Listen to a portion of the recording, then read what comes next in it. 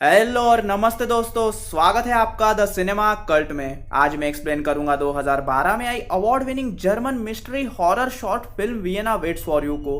IMDb पे इसे मिले है 7.1 आउट ऑफ 10 स्टार्स और मेरी खुद की रेटिंग इस मूवी को है 6 out of 10। And short film होने के कारण सड़े हुए टमाटर पर इसे कोई रेटिंग नहीं मिली। सो अब बिना किसी देरी किए रोल द इंट्रो।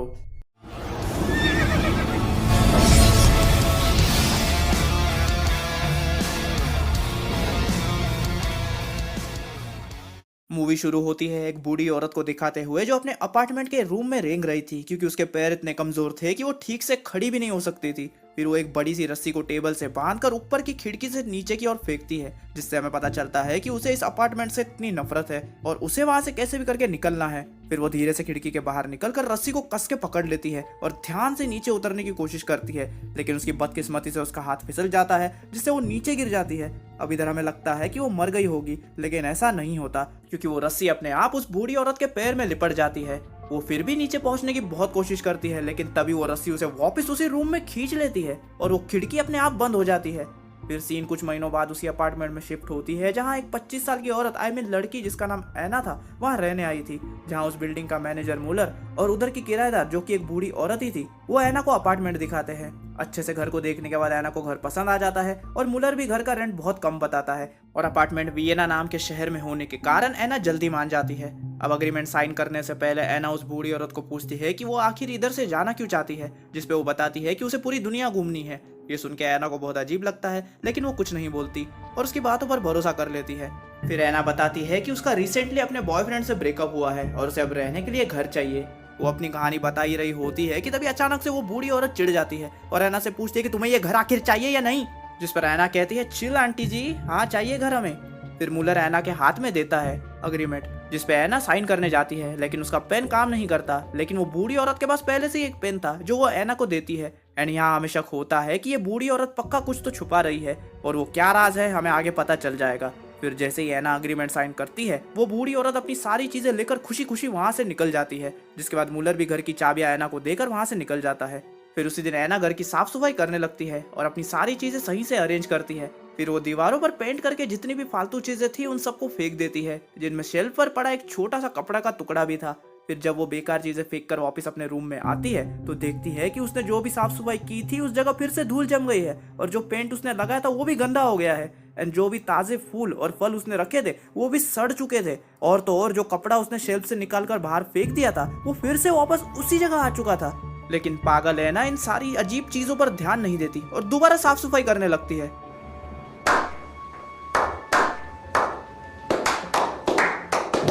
जब वो फिर से कचरा फेंक कर वापस आती है तो दोबारा से सब गंदा हो चुका था। अब ऐना भी काम करके थक चुकी थी और उसकी आंखों पर रिंकल्स भी आ गए थे, जिससे वो परेशान हो जाती है। पर रात हो जाने के कारण वो सोफे पर ही सो जाती है। फिर आधी रात को अचानक अपने आप रेडियो चालू होने लगता है, जिससे वो उठ के बंद कर देती है। तभी उसकी नजर आईने पे जाती है जिसमें उसका चेहरा उसे बहुत ही अजीब लग रहा था। फिर अगली सुबह होते ही वो मुलर के पास जाकर उस पर गुस्से से बहुत चिल्लाती है क्योंकि उसे समझ गया था कि उन्होंने उसे एक भूतिया बंगला दिया है और वो अपनी सिक्योरिटी के पैसे भी उससे वापस मांगती है, जिसे सुनकर मुलर मना कर देता है। फिर वो अग्रीमेंट ऐना को दिखाता है जिसपे साफ लिखा था कि जब तक कोई नया उधर रहने नहीं आ जाता तब तक वो वहां से नहीं निकल सकती, और ये भी इतने छोटे छोटे शब्दों में जो सिर्फ मैग्नीफाइंग ग्लास से ही देखे जा सकते थे। ये देखकर ऐना का गुस्सा काबू के बाहर हो जाता है तो वो मुलर को धमकी देती है कि वो पुलिस कंप्लेंट कर देगी, लेकिन इससे मुलर को कोई फर्क नहीं पड़ता, बल्कि उल्टा वो ऐना को चेतावनी देता है कि वो चुपचाप अपार्टमेंट में रहे क्योंकि उसने ही खुद ये अग्रीमेंट साइन किया है। पर ऐना उसकी बातों पर ध्यान नहीं देती और उधर से निकलकर सीधा क्लिनिक जाती है जहां वो मेडिकल रिपोर्ट के सहारे पुलिस में कंप्लेंट दे सके। पर उधर डॉक्टर बताती है कि इस उम्र में रिंकल्स आना और बाल ग्रे होना तो कॉमन है, इसलिए डॉक्टर टेस्ट करने से मना कर देती है। वाह भाई, जिस पर ऐना चिल्लाती है क्योंकि उसे पूरा हक था अपना टेस्ट करवाने का, लेकिन डॉक्टर नहीं मानती। जिसके बाद ऐना एक होटल में जाती है ताकि वो रात उधर गुजार सके। जब वो रिसेप्शन पर अपनी आईडी निकालती है तो देखती है कि आईडी पर जो भी लिखा था सब मिट चुका था, जिससे वो बहुत डर जाती है और आईडी ना होने के कारण उसे एक्स्ट्रा पैसे देकर होटल में रुकना पड़ता है। फिर जब रात को ऐना सो रही होती है तभी उसकी आंख खुलती है और वो खुद को बहुत कमजोर फील करती है, जैसे कि वो 80 साल की बूढ़ी हो। फिर वो धीरे से चलते हुए सिंक के पास जाती है जहां उसे सिर्फ खांसी आने पर उसके कुछ दांत टूट जाते हैं। अब ऐना को समझ में नहीं आता कि उसके साथ आखिर ये क्या और क्यों हो रहा है। अगली सुबह वो उठकर उसी भूतिया अपार्टमेंट में मुलर के पास जाती है, जहां वो इसे देखकर जरा भी शौक नहीं होता, बल्कि ऐना से ही उल्टा कहता है कि उसे रूल्स का पालन करना चाहिए था, जिससे साफ पता चलता है कि जब कोई भी नया किराएदार अग्रीमेंट साइन करता है तो उसे उसी अपार्टमेंट के अंदर रहना होगा, और अगर वो बाहर निकला तो उसकी उम्र अपने आप तेजी से बढ़ती जाएगी। साथ में मुलर ये भी बताता है कि अपार्टमेंट को अकेला रहना पसंद नहीं, जिसके लिए उसे हमेशा अपार्टमेंट में रहना पड़ेगा।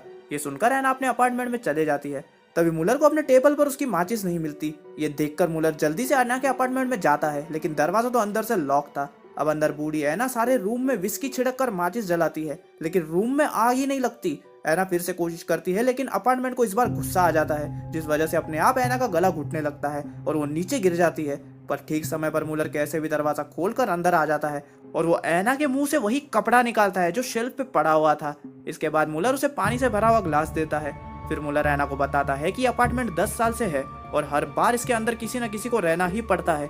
वो कहता है कि कई साल पहले इस अपार्टमेंट में कुछ स्कूल गर्ल्स रहने आई थी, लेकिन एक दिन वो सब एक साथ बूढ़ी हो गई, और जब ये बात मीडिया को पता चली, ये बात पूरे शहर में फैल गई।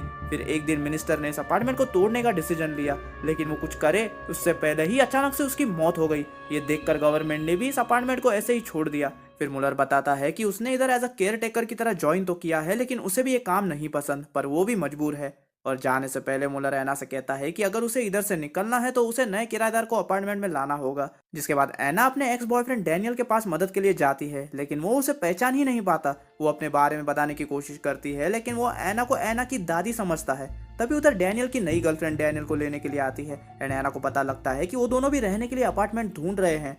ये मालूम होने बाद ऐना के पास एक बहुत ही अच्छा मौका था कि वो उन दोनों को उस अपार्टमेंट में फंसाकर उधर से निकल जाए, लेकिन ऐना ऐसा नहीं करती और वो उनको वहां से जाने देती है। एंड ऐना फिर से अपने अपार्टमेंट में चली जाती है। फिर जब रात को ऐना सो रही होती है, तभी रेडियो फिर से अपने आप बजने लगता है और घर की कुछ चीजें अपने आप हिलने लगती हैं, जैसे कि वो अपार्टमेंट ऐना से दोस्ती करना चाहता है। वो ऐना के लिए अच्छा सा खाना भी बनाता है, लेकिन ऐना उठकर वो खाना फेंक देती है। जब उसे पता चलता है कि अपार्टमेंट ने उसके लिए चाय भी बनाई है, तो वो थोड़ी सी चाय पी लेती है जो उसे अच्छी लगती है। पर ऐना इतनी कमजोर हो चुकी थी कि वो खुद के लिए खाना भी नहीं बना सकती थी। एंड ऐसे ही फिर कुछ दिन गुजरते हैं और अब ऐना बहुत बूढ़ी और कमजोर हो जाती है, वो भी इतनी कि उसे अब चलने के लिए छड़ी की जरूरत पड़ रही थी। तभी अचानक ऐना की नजर उसकी कलाई पर जाती है, जहां अंदर कुछ हिल रहा था। वो अपनी स्किन को निकालती है, जो कि बिना किसी दर्द के एकदम आसानी से निकल जाती है, और हम देखते हैं कि उसके हाथ के अंदर अजीब से वायर या धागे की तरह कोई चीज चल रही थी। एंड ये देखकर उसकी आंखें खुली रह जाती है।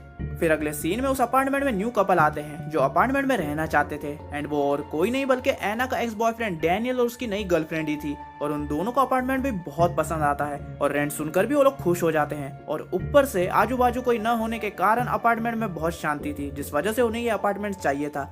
फिर सब डिसाइड होने के बाद मुलर उन्हें कॉन्ट्रैक्ट के पेपर्स लाकर देता है, जो कि ये सब ऐना दूर से खड़ी होकर देख रही थी।